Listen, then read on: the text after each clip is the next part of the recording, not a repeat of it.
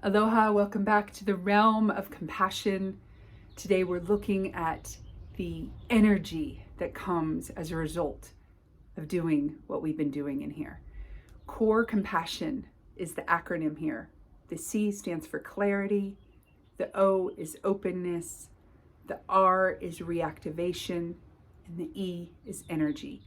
Core compassion is what we're working on here. We've done that through clarity, energetically combing the junk from our minds. The O is opening our heart with that beautiful, blossoming, tenderizing, gentle massage of the heart center. The reactivation, we really stimulate this through our own internal ability to inhale and exhale, inhale, exhale, inhale, exhale, while applying some good pressure there. Release. Inhale fully, letting go. Inhale fully, being here. Inhale fully. Now what? What are we going to learn next? Release. We are going to learn that energy comes to us when we really take the time to receive what comes, let go of what goes, and we don't chase after anything. I'm going to repeat this throughout this little video because this idea of receiving, letting go, and not chasing in terms of the energy in my life has been ultra transformative. Here's what I know for certain. Energy is that current of vital information. It's that exchange that works, that can regenerate landscapes. What? What we're doing here is not just so that you can feel happy, joyous, and free and experience gladness and march towards wholeness and feel a tender heart. We're doing this for a greater purpose. Perhaps you already know that, and I think you do. But I need to know that this is not just some selfish endeavor so that I feel good and all is well. No, I want to be of maximum service to my fellows. I want to be of maximum service to my environment. I want to regenerate landscapes. Folks, it's a big, tall order. And on my own, I get scared, I feel alone, and I can't do it. And the pain point that I imagine you might experience from time to time as well is a sense of depletion, a sense of, oh my gosh, chronic exhaustion, lack of self-sufficiency, a sense of lack energy taking over. I know this. I've been there. I know it well. How do I recharge myself? How do I get the juice back? How do I keep on keeping on? One day at a time. I do it through the arc of connection. The A is addiction recovery. The R is relational healing. And the C is contemplative practice. My daily breath work, my daily yoga. I'm looking down at my yoga mat right now. Hi. My daily meditation. These are the things that fuel me up. This is the arc of connection that gets me from me to you, wherever you're watching this. I would love to know where you're watching these videos from. I get a total thrill out of this web that we are weaving together. I'm coming to you, in case you didn't know it, from Hawaii Island, in the center of the Pacific, in the middle of Oceania, in this beautiful Polynesian culture of aloha. Where are you? Let me know. Where are you sourcing your energy? Ask yourself that. Ask yourself, what gives me juice? And imagine the flow that becomes available to you if you had this deep in the bones sense of enoughness. That you are enough, that you have enough time, that you have enough energy, that you have enough breath, that you have enough of whatever it is your heart's desire. Contemplate the great wisdom in the energetic impulse to receive what comes, to let go of what no longer serves you, what's going away. How much time have you spent trying to cling Oh, I don't want to lose that relationship. I don't want to lose that possibility. And you're like running backwards in life. Remember, there's no rewind button. It just plumb doesn't exist. I spent decades looking for it to try to heal the trauma of my past. If only I could rewind. Now, some quantum physicists would say time is not linear, and that may be true. How we relate to our past has a great influence on how we relate to our future. And really, the future is the eternal now. This is all we've got, folks. Wake up, pay attention, receive the energy that's coming. This is a big part of my path over the last year as we've been in this big pause. How do I open up to receive what is already here? I live in paradise, and sometimes I create my own hell. Whoa.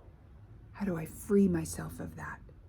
How do I open myself up to receive what comes?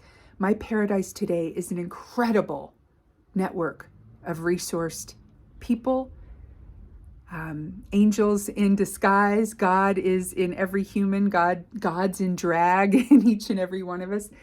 I have a minimum of a handful of people that I could call right now if I needed something. Minimum. And you know what? My network has gotten a lot bigger because I have people in different countries, different time zones around the world, so that if I'm in the grips at a 3 a.m. moment, I may not call my neighbor down the street. I may call somebody who's already awake.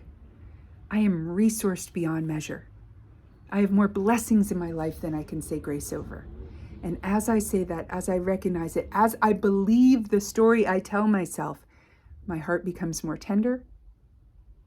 I get more resourced. I feel the energy. I receive what comes. I let go of what no longer serves me. That's been a huge journey too. I don't know about you. I'm a people pleaser. I want everybody to like me. I want my message to reach everybody. I want to save the entire planet.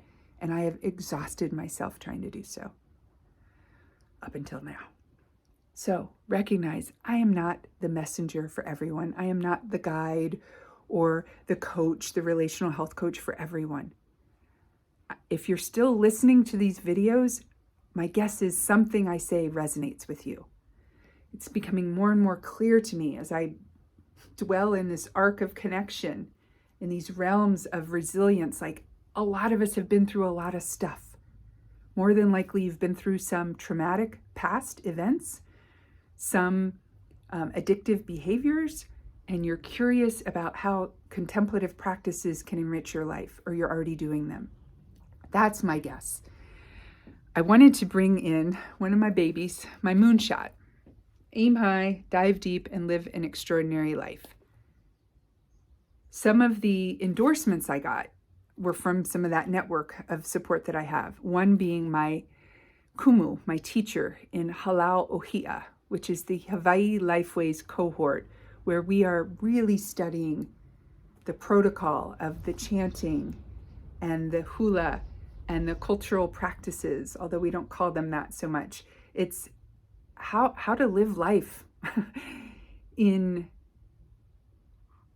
I want to say harmony, but that's a word I'm moving away from, in a way that regenerates landscapes, as I said earlier. Kekuhi said that Moonshot is an elegant and visceral memoir that dares one to question one's own resilience and courage. Indeed, Amy Elizabeth is as transparent as she appears in these pages. Aloha, Kekui, thank you so much for the endorsement. My reason for sharing that is I want to tell you a brief story. We had the opportunity to go to Kaho'olawe. We were invited over to one of the major islands in the Hawaii archipelago. It is an uninhabited island. It was used as a bombing target by the U.S. American military forces. And it is an island that is showing the possibility of regeneration. We went over there. We were chanting the Mokuauhau, the genealogical chant for the return of the Hokulea. Those of you who don't know the Hokulea, please check it out. The Polynesian Voyaging Society created this amazing experience of a canoe that circumnavigated the planet weaving the lay of aloha as she went, navigated purely by the stars. Celestial navigation. Completely inspiring moment in history. And as the Hokulea was returning, and as she came by Kaho'olawe, we also call this island Kanaloa, we were invited to chant. And my kumu kekuhi was leading. I followed her, and I felt a rush of energy through my body that I've never experienced before on this planet. It was a it was an uploading from my na'au. It was a downloading from my gods. It was a connecting in and receiving what comes, letting go of what goes, and not chasing after anything. It was a moment of powerful energetic exchange in my life. My point in sharing this is that as we did that, we saw our cloud friends march across the sky to return the rains to this land that we had just planted in. Some saplings, some seedlings, some seeds, as we did some regenerative work on the environment. My understanding is that the environment is a reflection of the mind. As we get centered in our mind, as we drop into a tender heart, as we heal energy leaks, as we reestablish healthy relations with others, self, other, and spirit, the environment will respond. There is a regenerative ability. That's pretty powerful stuff. I'm going to leave it at that. Take a deep breath in. I invite you to come to a bow. Allow your head to have that moment of being on an even plane with your tender, compassionate heart. You're doing good work here. As you clear your mind, open your heart, reactivate your spirit, and energize your life. Bring little sprinkly fingers, dotting energy all around you, the energy that you wish to cultivate on this beautiful planet, in this beautiful heart, in your beautiful life. You too live in paradise, dear one. Believe it. You matter. Your relationships matter. See you soon.